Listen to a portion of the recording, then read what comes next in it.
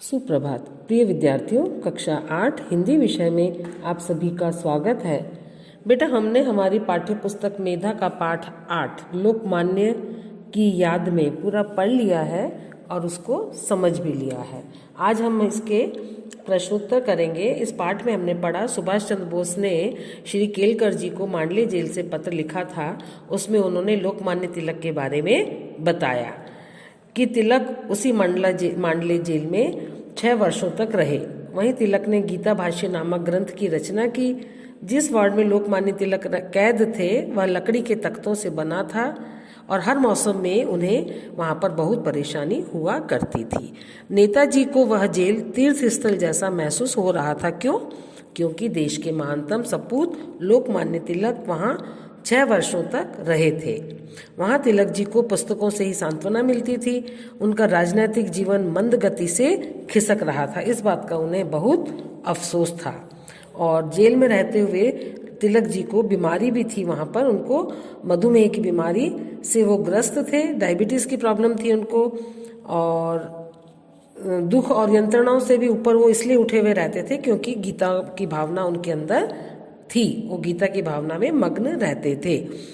और नेताजी को जो अत्यंत दुख था इस बात का था कि उन्होंने जब मांडले जेल को अंतिम नमस्कार किया तो उनके जीवन के कुछ ही गिने चुने दिन रह गए थे। अब हम बेटा इसके प्रश्नोत्तर कर लेंगे। पहले हम आपको मौखिक प्रश्नोत्तर समझा रहे हैं। नेताजी सुभाष चंद्र बोस ने यह पत्र कहाँ से लिखा था? उत्तर है इसका, नेताजी सुभाष चंद्र बोस ने यह पत्र मांडले जेल से लिखा था। लोकमान्य तिलक मांडले जेल में कितने वर्षों तक कैद रहे थे? उत्तर है इसका, लोकमान्य तिलक मांडले जेल में 6 वर्षों तक कैद रहे थे। और ग वाला है, लोकमान्य तिलक ने मांडले जेल में रहकर किस ग्रंथ की रचना की थी? उत्तर है इसका, लोकमान्य तिलक ने मांडले जेल में रहकर गीता भाष्य नामक ग्रंथ की रचना की थी। घ प्रश्न है, लोकमान्य तिलक किस बीमारी से ग्रस्त थे? उत्तर है इसका, लोकमान्य तिलक मधुमेह बीमारी से ग्रस्त थे। तो ये वाले आपको बेटा समझने हैं प्रश्न। और लिखित प्रश्न है हमारे प्रश्न संख्या 2। इन प्रश्नों के उत्तर लिखिए। नेताजी सुभाष चंद्र ने किन्हें पत्र लिखा था और किस उद्देश्य से?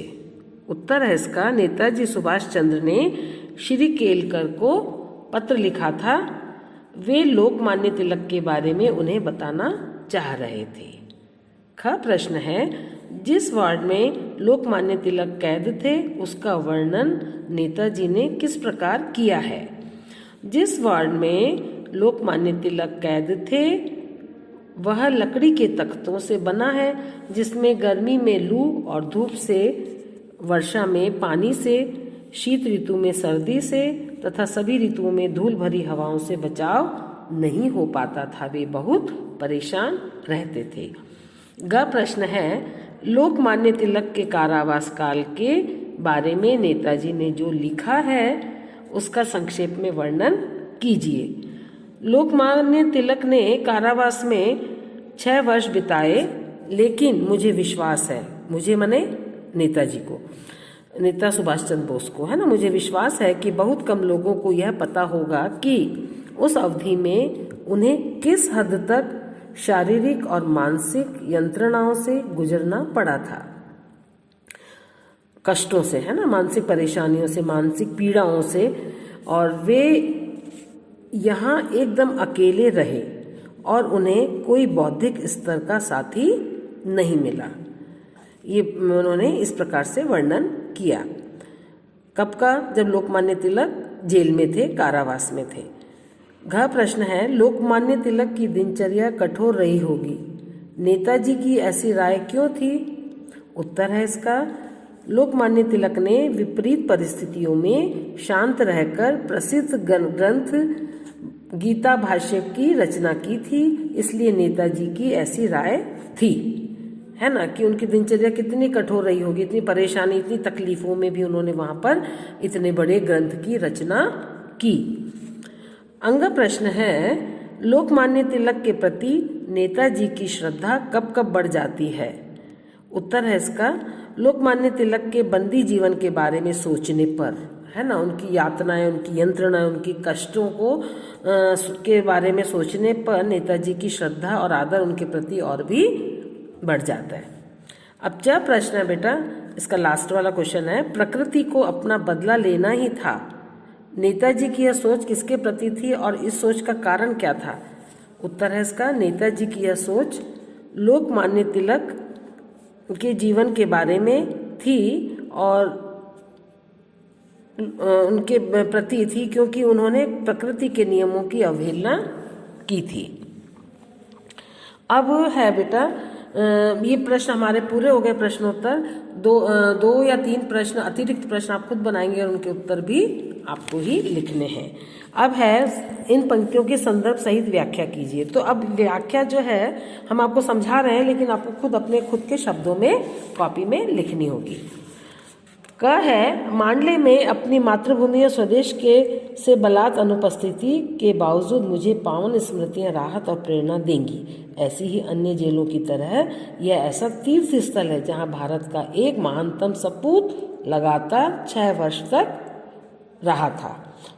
नेताजी लोकमान्य तिलक के बंदी जीवन के बारे में जानने देखने के कारण यह जेल उन्हें तीर्थ स्थल जैसा लग रहा था, क्योंकि वहां पर लोकमान्य तिलक रहे थे। यह विश्व भगवान की कृति है, लेकिन जेलें मानव के कृतित्व की निशानी है। उनकी अपनी एक अलग ही दुनिया है और सभ्य समाज ने जिन विचारों और संस्कारों को प्रतिबद्ध होकर स्वीकार किया है वे जेलों में लागू नहीं होते। अपनी आत्मा के त्रास के बिना बंदी जीवन के प्रति अपने आप को अनुकूल बना पाना आसान काम नहीं है। अब लोकमान्य तिलक ने विपरीत परिस्थितियों में भी अपने आप को सामान्य बनाए रखा, जो काफी कठिन काम था, है ना। और इसके बाद है बेटा, जीने की राह। इस पत्र के संदर्भ में बताइए कि लोकमान्य तिलक का व्यक्तित्व कैसा था। वे शांत गंभीर व्यक्तित्व के धनी थे। धैर्य उनके पास बहुत अत्यधिक था। हम अपने शारीरिक या मानसिक पीड़ा से कब ऊपर उठ सकते हैं? अब आपको सोचना है, थॉट प्रोसेस है आपका, सोच करके आपको इसका आंसर लिखना है। तो जीने की राह रचना का संसार में जो भी एक चीज़ पसंद आती है, एज ए प्रोजेक्ट आपको अपनी कॉपी में लास्ट में लिखना है।